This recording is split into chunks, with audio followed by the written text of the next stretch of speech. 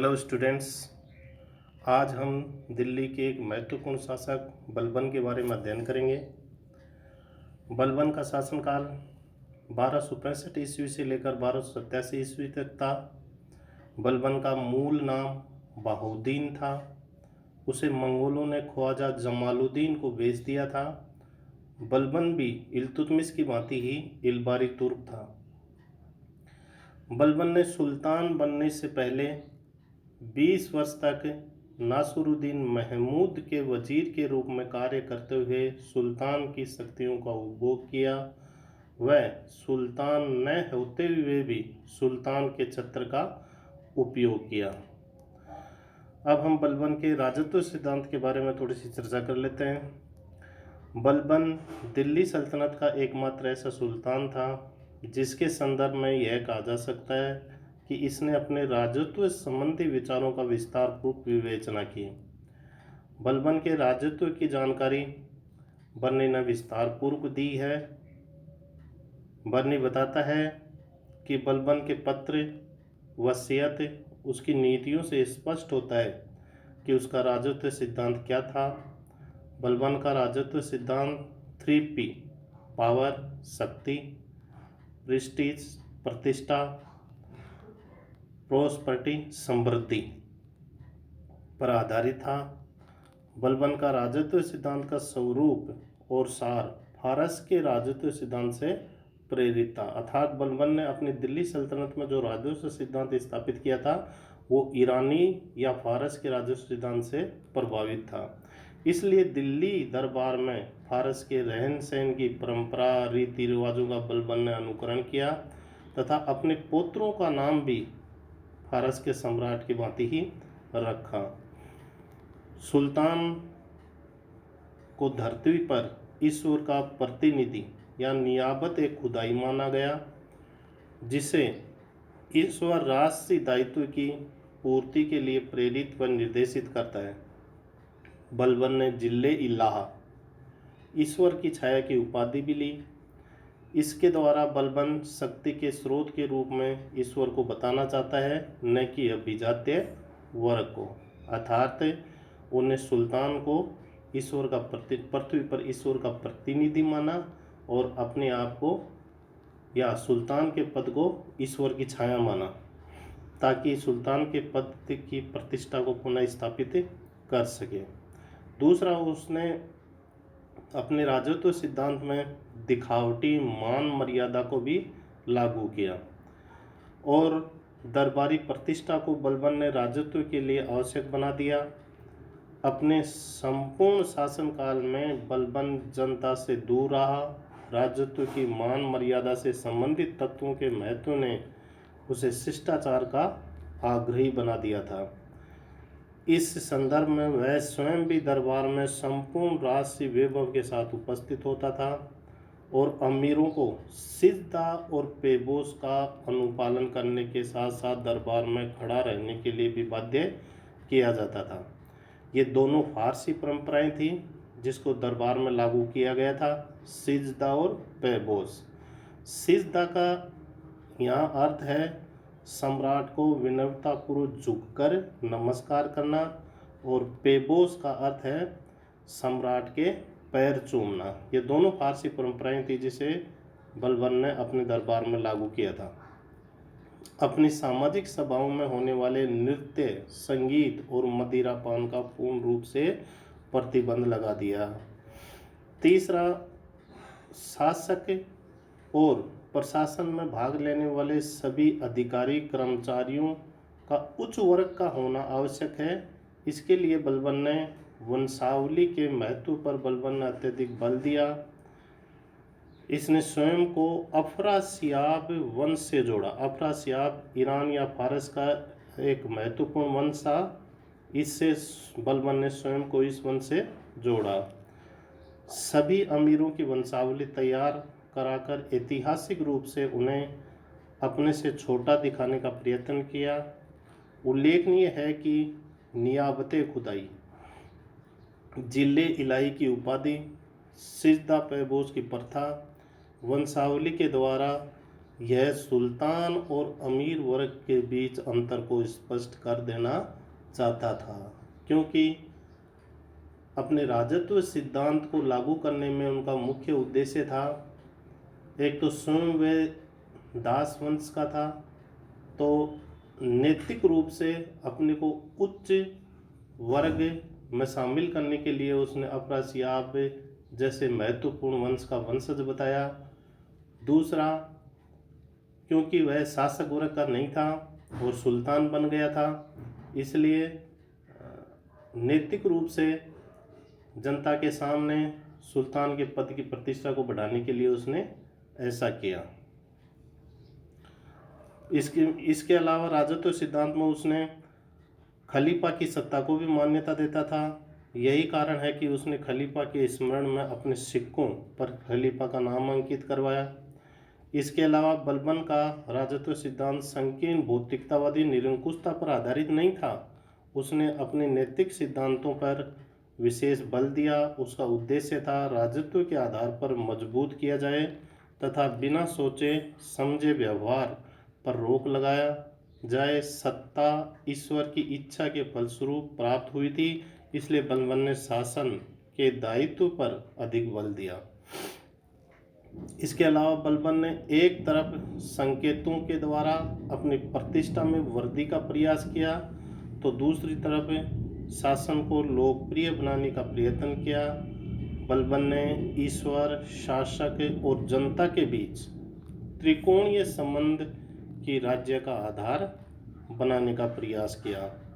इसी कारण जनहित को शासन का व्यावहारिक आधार बनाया। जनहित का संदर्भ बलबन द्वारा किए गए प्रयासों में कृषि योग्य भूमि का विस्तार करना, निष्पक्ष न्याय, व्यापार में वृद्धि का प्रयास, भ्रष्टाचार रोकने के संदर्भ में गुप्तचर और ख्वाजा की नियुक्ति, ये दोनों पदों की नियुक्ति बलबन के द्वारा पहली बार की गई थी, गुप्तचर और ख्वाजा नामक अधिकारी। कर के संदर्भ में मध्यम वर्गीय नीति, न ज़्यादा न कम इत्यादि महत्वपूर्ण है। बलबन ने शक्ति, प्रतिष्ठा, समृद्धि और न्याय के 4 स्तंभ पर अपने शासन को चलाया था, जिसमें अधिकार और दायित्व के बीच संतुलन बनाने का हर संभव प्रयास किया। इन्हीं आधारों के कारण बलबन अपने काल में विद्यमान चुनौतियों का सफलतापूर्वक सामना कर सका। इस प्रकार बलबन पहला दिल्ली सुल्तान था जिसने दिल्ली सल्तनत में अपना एक नया राजत्व सिद्धांत प्रतिपादित किया, जो कि मुख्यतः फारसी राजत्व पर आधारित था और ज़्यादातर उन्हीं की परंपराओं और रीति रिवाजों को दिल्ली सल्तनत के राजत्व सिद्धांत में बलबन ने लागू किया। अब बलबन के सुल्तान बनने के बाद में उनके द्वारा किए गए कुछ महत्वपूर्ण प्रयासों के बारे में चर्चा करेंगे। पहला कार्य किया उन्होंने राज्य के सुदृढ़ीकरण का। राज्य के सुदृढ़ीकरण के लिए उन्होंने जो प्रयास किए उसके बारे में देखते हैं। बलबन ने सुल्तान के पद, शक्ति एवं प्रतिष्ठा में वृद्धि के लिए राजत्व सिद्धांत का प्रतिपादन किया, जिसका वांछित परिणाम निकला। इसके अतिरिक्त उसे राज्य को सुदृढ़ बनाने का प्रयास किया, जिसका अध्ययन हम निम्नलिखित बिंदुओं के आधार पर करते हैं। पहले अपने साम्राज्य को सुदृढ़ करने के लिए उन्होंने आंतरिक विद्रोहों का दमन किया। शासक के रूप में अपनी स्थिति सुदृढ़ कर बलबन ने आंतरिक विद्रोहों को दबाने का प्रयास आरंभ किया। कानून और व्यवस्था के दृष्टिकोण से 4 प्रदेश अत्यंत समस्याग्रस्त थे। दिल्ली के निकटवर्ती प्रदेशों में मेवाती उत्पात मचा रहे थे। दूसरा क्षेत्र था गंगा यमुना का दोआब, जो सुल्तान को सत्ता को निरंतर चुनौती देता था। अवध जाने वाले व्यापारिक मार्ग असुरक्षित था।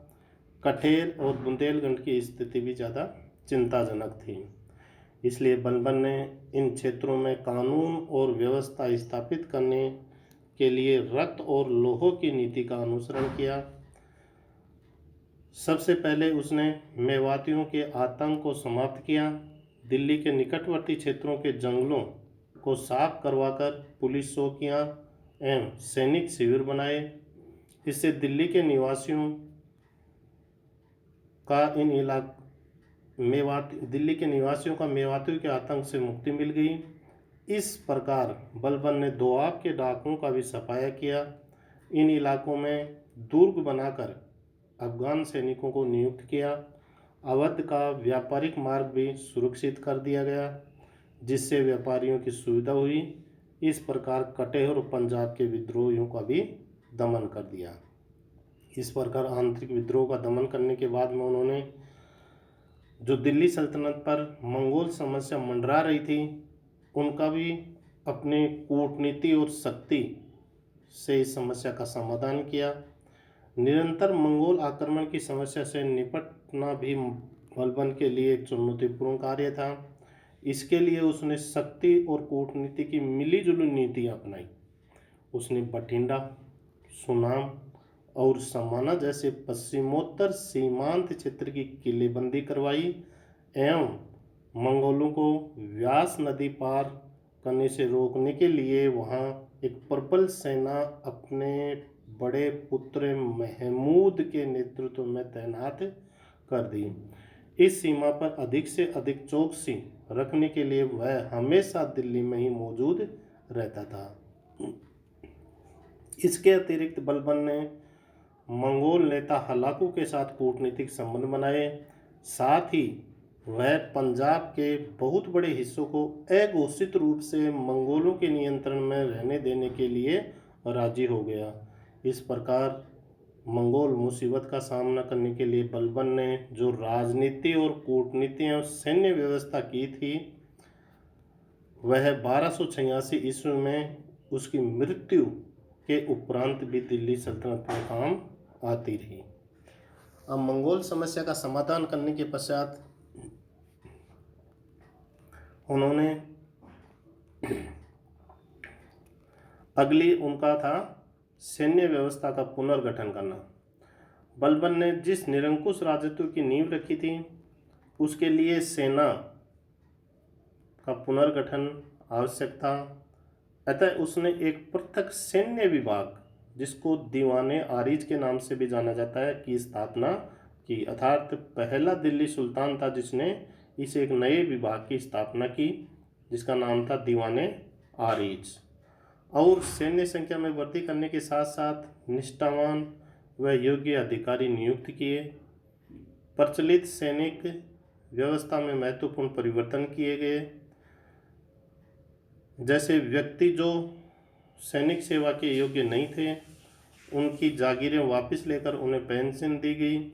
सक्षम सैनिकों को जागीरों को बख्श दी गई, परंतु लगान वसूली की व्यवस्था सरकार ने अपने हाथों में ले ली। इस प्रकार सैनिकों का मुख्य कार्य होता था सेना से संबंधित न कि लगान वसूली का। लगान वसूली के लिए अन्य अधिकारियों की नियुक्ति कर दी गई। वह शिकार के माध्यम से सैनिकों को सक्रिय रखता था। इसके अलावा अपने राज्य की सुदृढ़ी करने के लिए उन्होंने एक नई व्यवस्था और लागू की, जिसका नाम था गुप्तचर व्यवस्था। पदाधिकारियों, राज्य की जनता एवं विरोधियों पर निगरानी रखने के लिए बलबन ने सशक्त गुप्तचर विभाग का गठन किया। ये ब्रीद, गुप्तचरों को ब्रीद कहा जाता था। ब्रीद संपूर्ण साम्राज्य में फैले हुए थे तथा राज्य की प्रत्येक महत्वपूर्ण घटना की खबर सुल्तान तक पहुंचाते थे। इस प्रकार गुप्तचरों की सहायता से ही बलबन समस्त राज्य पर अपनी पकड़ स्थापित कर सका।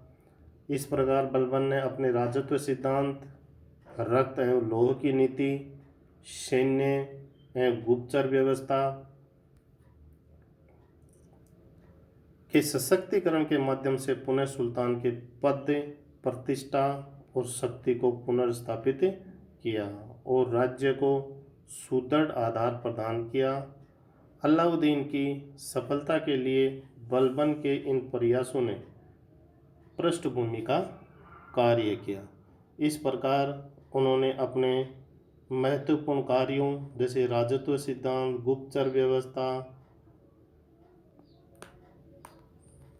सैनिकों के सुदृढ़ीकरण, सेना के लिए एक नए विभाग की स्थापना करके और अपने साम्राज्य को सुदृढ़ कराने का प्रयास किया और इसमें काफ़ी हद तक उन्होंने सफलता प्राप्त की और सुल्तान के पद की प्रतिष्ठा जो इल्तुतमिश के बाद में गिर गई थी उनको बलबन ने पुनः स्थापित किया।